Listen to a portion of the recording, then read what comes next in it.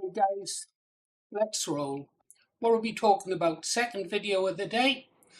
It's Sunday. I have to go play darts at 12 o'clock, don't I? Got to wind the guys up as well. Oh dear, what was I thinking about? Yeah, videos today.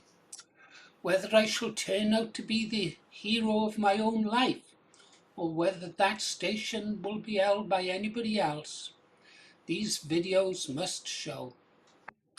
I don't know if you know it, guys, before we get on with what I'm going to show you, but it's like compulsory for us ex-sailors. We got a rule.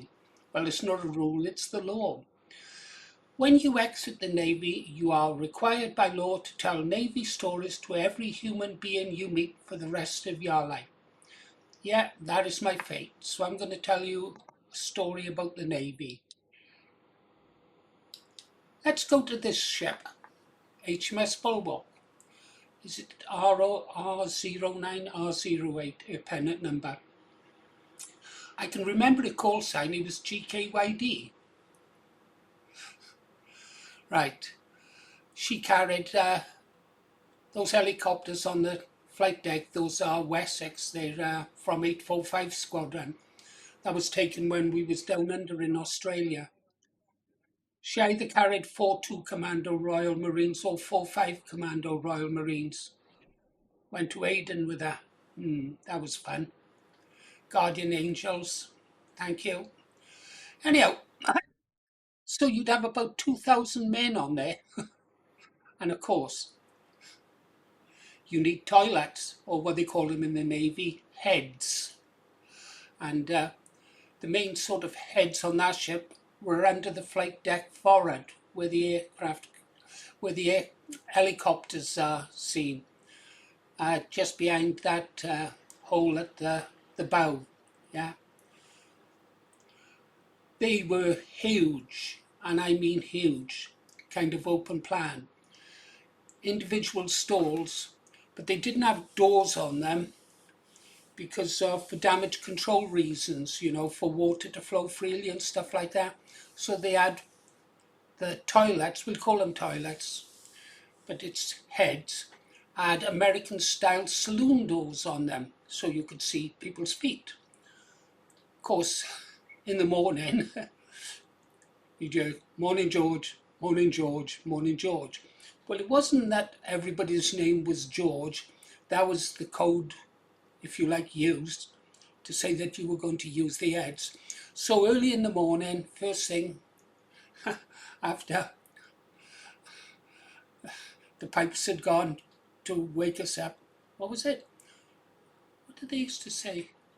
They used to have little rhymes. I'm going to put, can't remember, but every morning over the tannoy, after a bugle call to wake us all up or whatever it was, the quartermaster would normally have a witty saying to start the day off.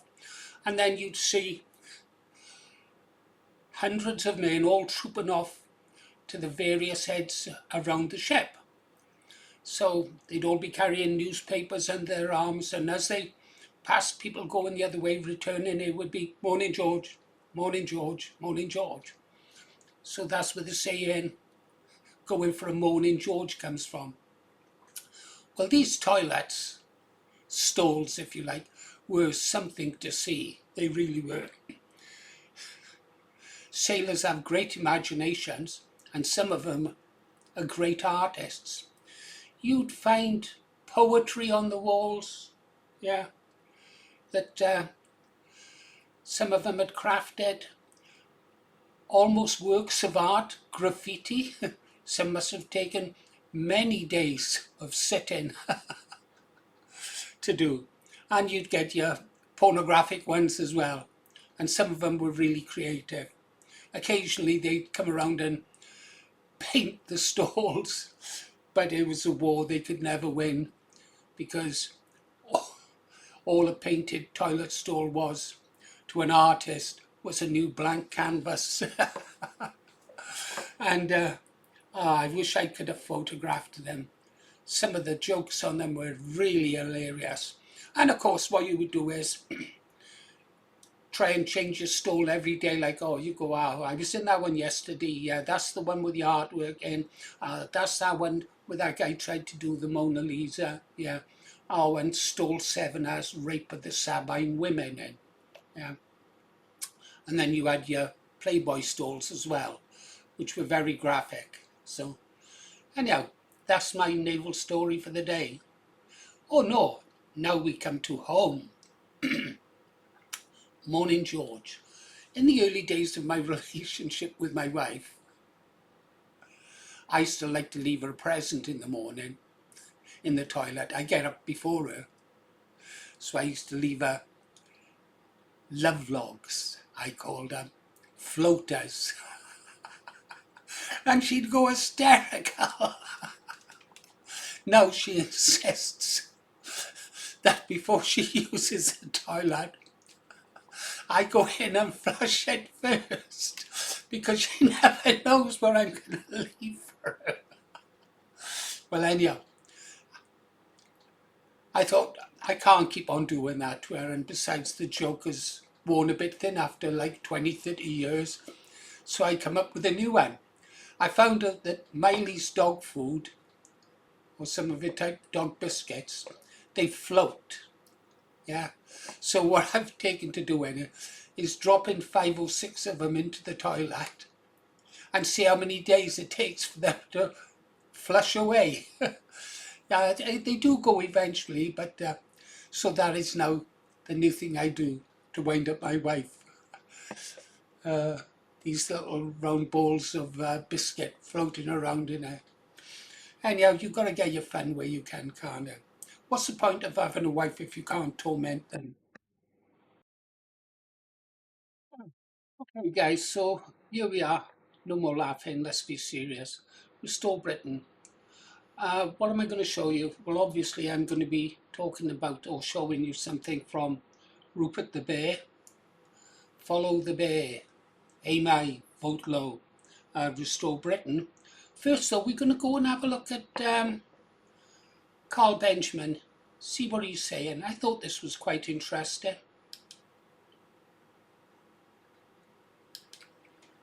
So, at some point, we're going to have a conversation about how there is a genuine hatred of white people as white people in some of the minority and immigrant communities.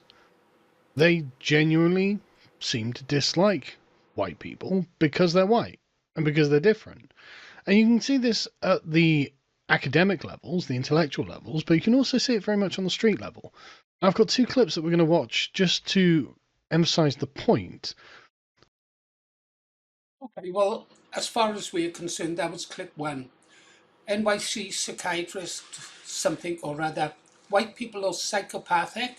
They steal countries. They stole yoga and vegetarianism. I think if I was a vegetarian, I'd be glad if someone come and stole it away from me. Not making me give up my bacon sandwiches. Dribbling, thinking about it. Can't beat a dead pig. They steal everything and call it discovery. They say they discovered America. They actually got lost along the way. They were trying to go to India. Okay, let's unpack it. Do you know what I think? Do you know why I think they hate white people? Because they feel inferior.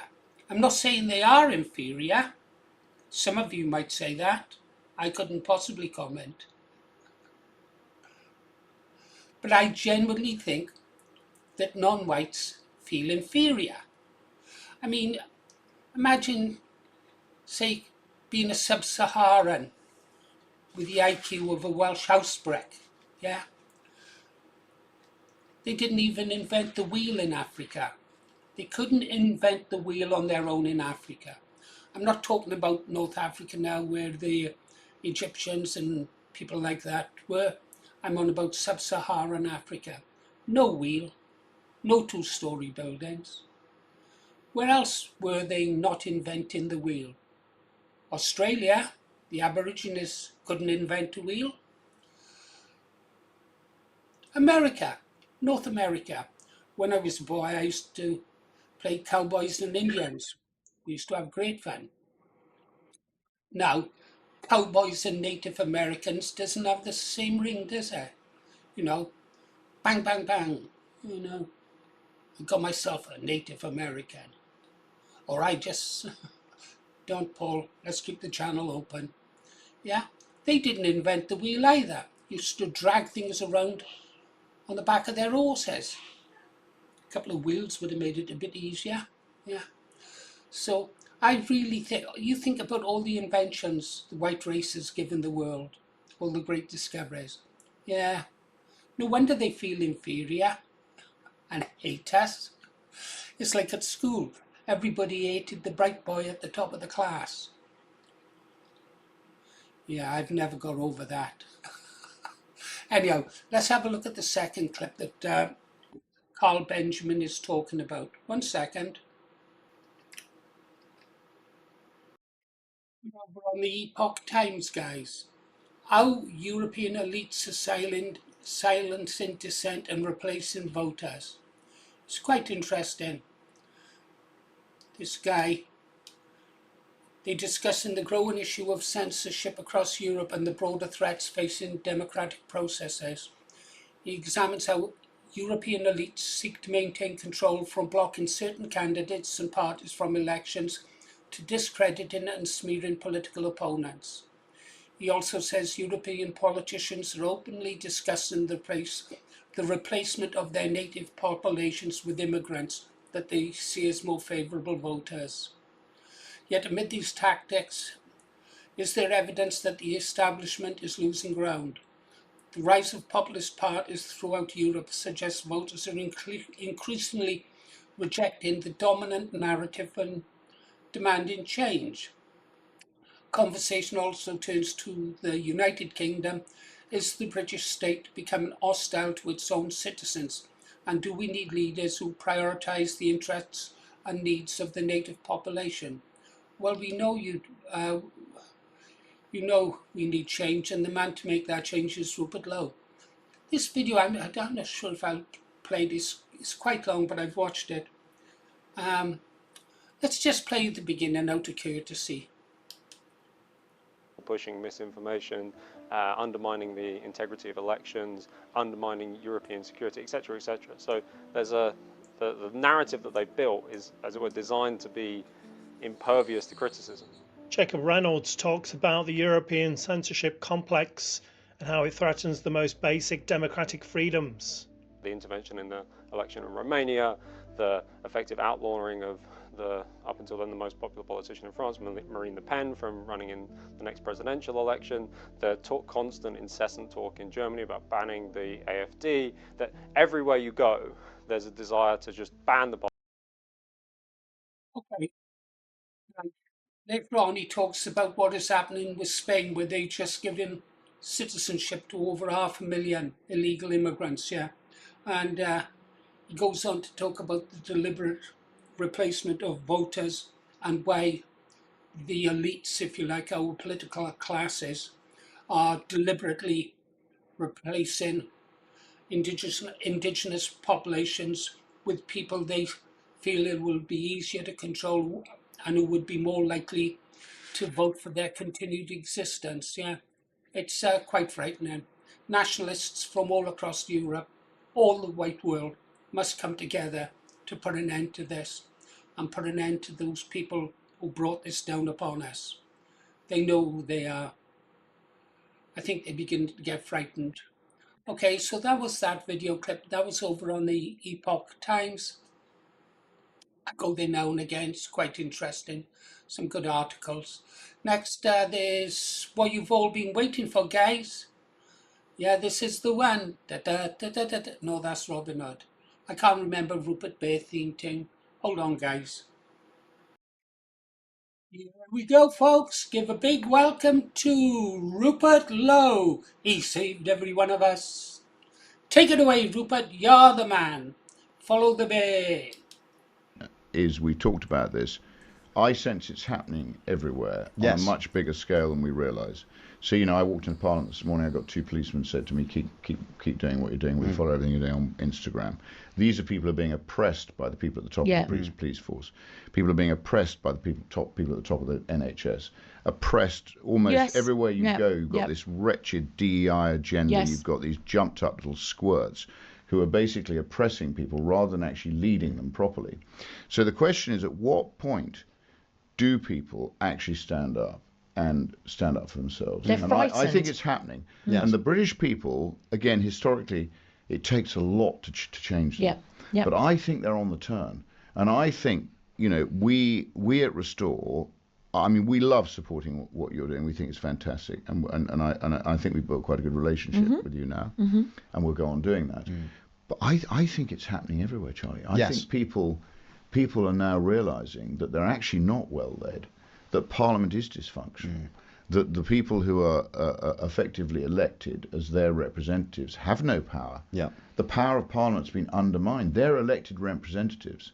As I said before on this podcast, I should be their elected God in Parliament. Nothing should happen in the country without the MPs voting on it. But no, Tony Blair's undermined that. We've now got quangos. Yes. We've got a judiciary that's been undermined. They're trying to get rid of the jury trial. Why? Because they know that on the whole, 12 fair women and men true are going to make the right decision. They may not understand everything, but ultimately I'd rather be in front of 12 honest people from the community Than a corrupt judge. Than a corrupt judge. Correct. Good stuff, huh? Rupert, telling it the way it is. Did you count his fingers? I did. Yeah. This wasn't AI. Unlike the one of Benjamin Netanyahu with his 6 fingers. Also, they say. Yeah, right. Okay, I think that's about it then, guys. I've got some more time before I have to go play darts. I know, a special treat for you. I can't remember who suggested this, but one of our commenters, but thank you. I did remember it, and so just for you, I've got a special treat. You people waiting for the paint drying segment, that's not going to happen, okay? And just ain't going to happen. That's like imagining me going with someone like Whoopi Goldberg. Just not going to happen. She ruined Star Trek for me, she did. Here you go, guys. Just for you. Flower arranging. It's only on for a couple of hours, so let's enjoy it together, is it? How to make a flower bouquet like a pro.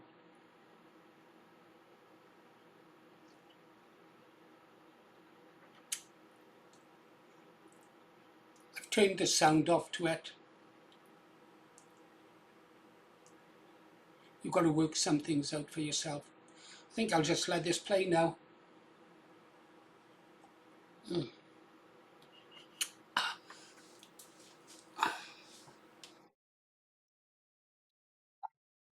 catch you on the next one, guys, so when I come back from the darts. See you later, guys. I'll leave this playing for you, shall I?